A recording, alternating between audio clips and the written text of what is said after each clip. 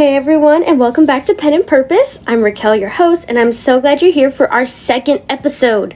Today we're diving into a topic that every single writer, beginner or seasoned pro, faces at some point: the blank page. You sit down with all the good intentions in the world to write, and suddenly your mind is emptier than your coffee cup. Whether you're writing a novel, a poem, a script, or even just a journal entry, sometimes the well of inspiration feels bone dry. It's frustrating, it's intimidating, and if you let it, it can convince you that maybe you're just not creative today. But here's the truth. Creativity isn't magic that visits some days and ghosts you the next. It's a muscle you can train, and today I'm going to share my favorite ways to kickstart it when I'm feeling stuck. We're talking real, practical tips, the kind you can try immediately after this episode. The good news about creativity is that it can be jump-started, and often in ways that surprise you. Let's start with one of the simplest and most immediate tricks I've found for breaking through that blank page: changing your environment. One of the simplest and most underrated ways to shake loose new ideas is by changing your surroundings. Your brain gets comfortable in patterns, and comfort isn't always creativity's best friend. I can't tell you how many times I've been stuck at my desk for hours, literally staring at the same wall, same journal, same pen, same mug of cold tea, only to take my notebook somewhere else, and suddenly, boom, ideas start flowing again. A few years ago, I was working on a poem that just would not cooperate with me. Every time I tried to shape it, it fell flat. One afternoon, I just grabbed my pen and walked out my front door and sat on my porch. I sat there and just listened. Birds chirping, the hums of the cars in the background, the dogs in my neighborhood barking behind me. And then it happened. A line came to me that completely reframed the poem. I scribbled it down really quick, and that line became the heart of the final piece that I needed. Why does this work? Because new surroundings give your senses something fresh to work with. New sounds, smells, textures, and those sensory details can spark unexpected connections in your mind. If you're able to, take 2 to 3 minutes to look around where you're sitting. Notice 3 things you hadn't paid attention to before: a sound, a smell, a texture. Jot them down just really quick, and then feel the way you now are aware of everything else around you. It really helps. Now, changing your scenery can give you new sensory input. But what about when you can't move locations?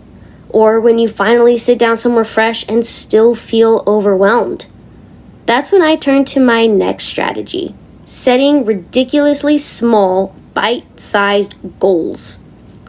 Big writing goals like finish a chapter, write 3,000 words, polish my script. It can be paralyzing, especially when your inspiration tank is empty.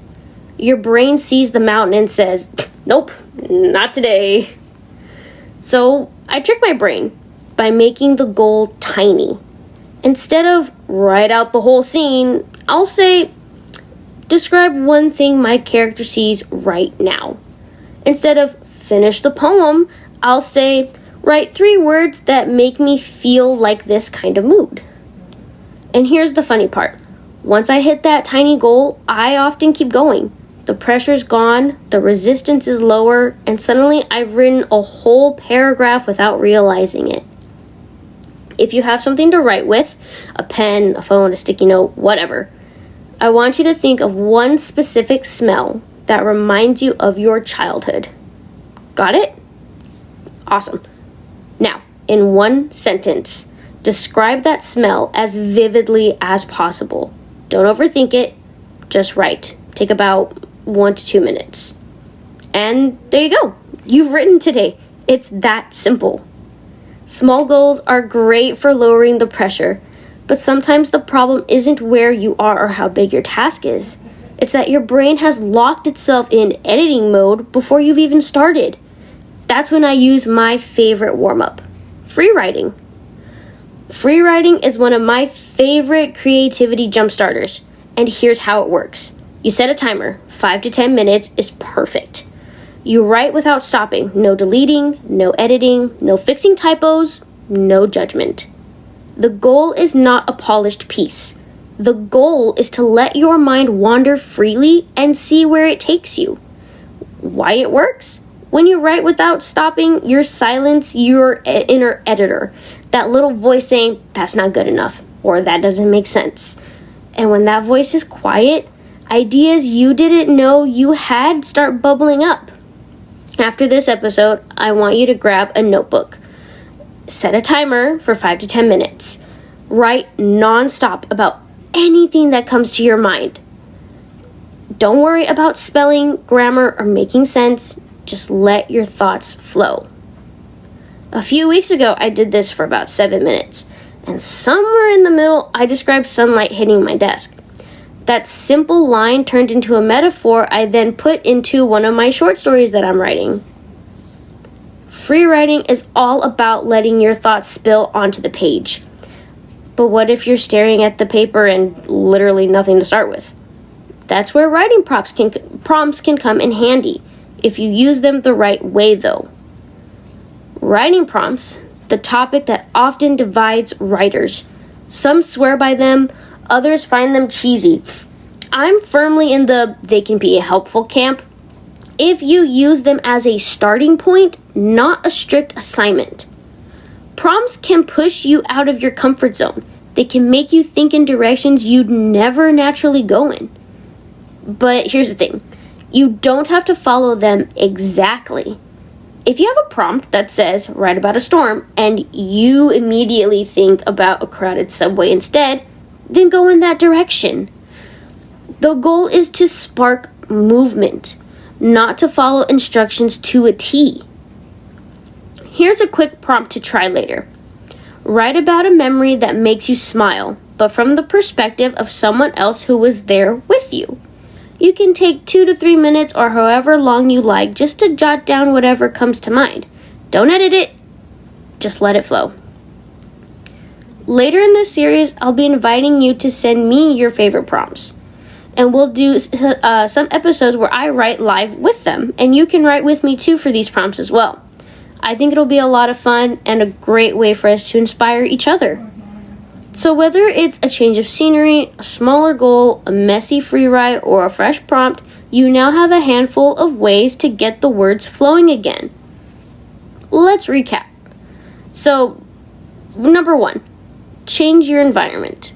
Give your senses something new. Number 2, set a small, low-pressure goal. Make starting easy for yourself. Don't overwhelm yourself right away. That's how you get burnt out. Number 3, free write without judgment. Just let your subconscious speak. It's like info dumping, but with just random blurbs that pop into your head every once in a while. And number 4, use prompts as flexible tools, not rules. Like I said earlier, you don't have to follow prompts to a T. If you get a prompt and your brain immediately goes to some random topic, that's okay. As long as if you can relate to the prompt in whatever you have in your mind, then write it down. Use it for the prompt. A prompt should only be used as a starting point if you have literally no other option. If you take one of these ideas today and you try it this week, let me know how it goes for you. Because let me tell you, sometimes even I get stuck and I can't use literally any of them, and then I'm just kind of stuck in a rut. But, sometimes that happens. It just comes with being a writer. I want to thank you all so much for joining me today on Pen and Purpose. If you've enjoyed this episode, please subscribe so you don't miss the next one, where I'll share how I bring my characters to life so vividly that they feel real even to me. And I want to hear from you guys too. Which of today's tips are you going to try out first? Or do you have your own go-to when you have creativity tricks that you use? Send me a message on Instagram at yrh_stories, and your story might be featured in a future episode. Until then, keep your pen moving and your purpose clear.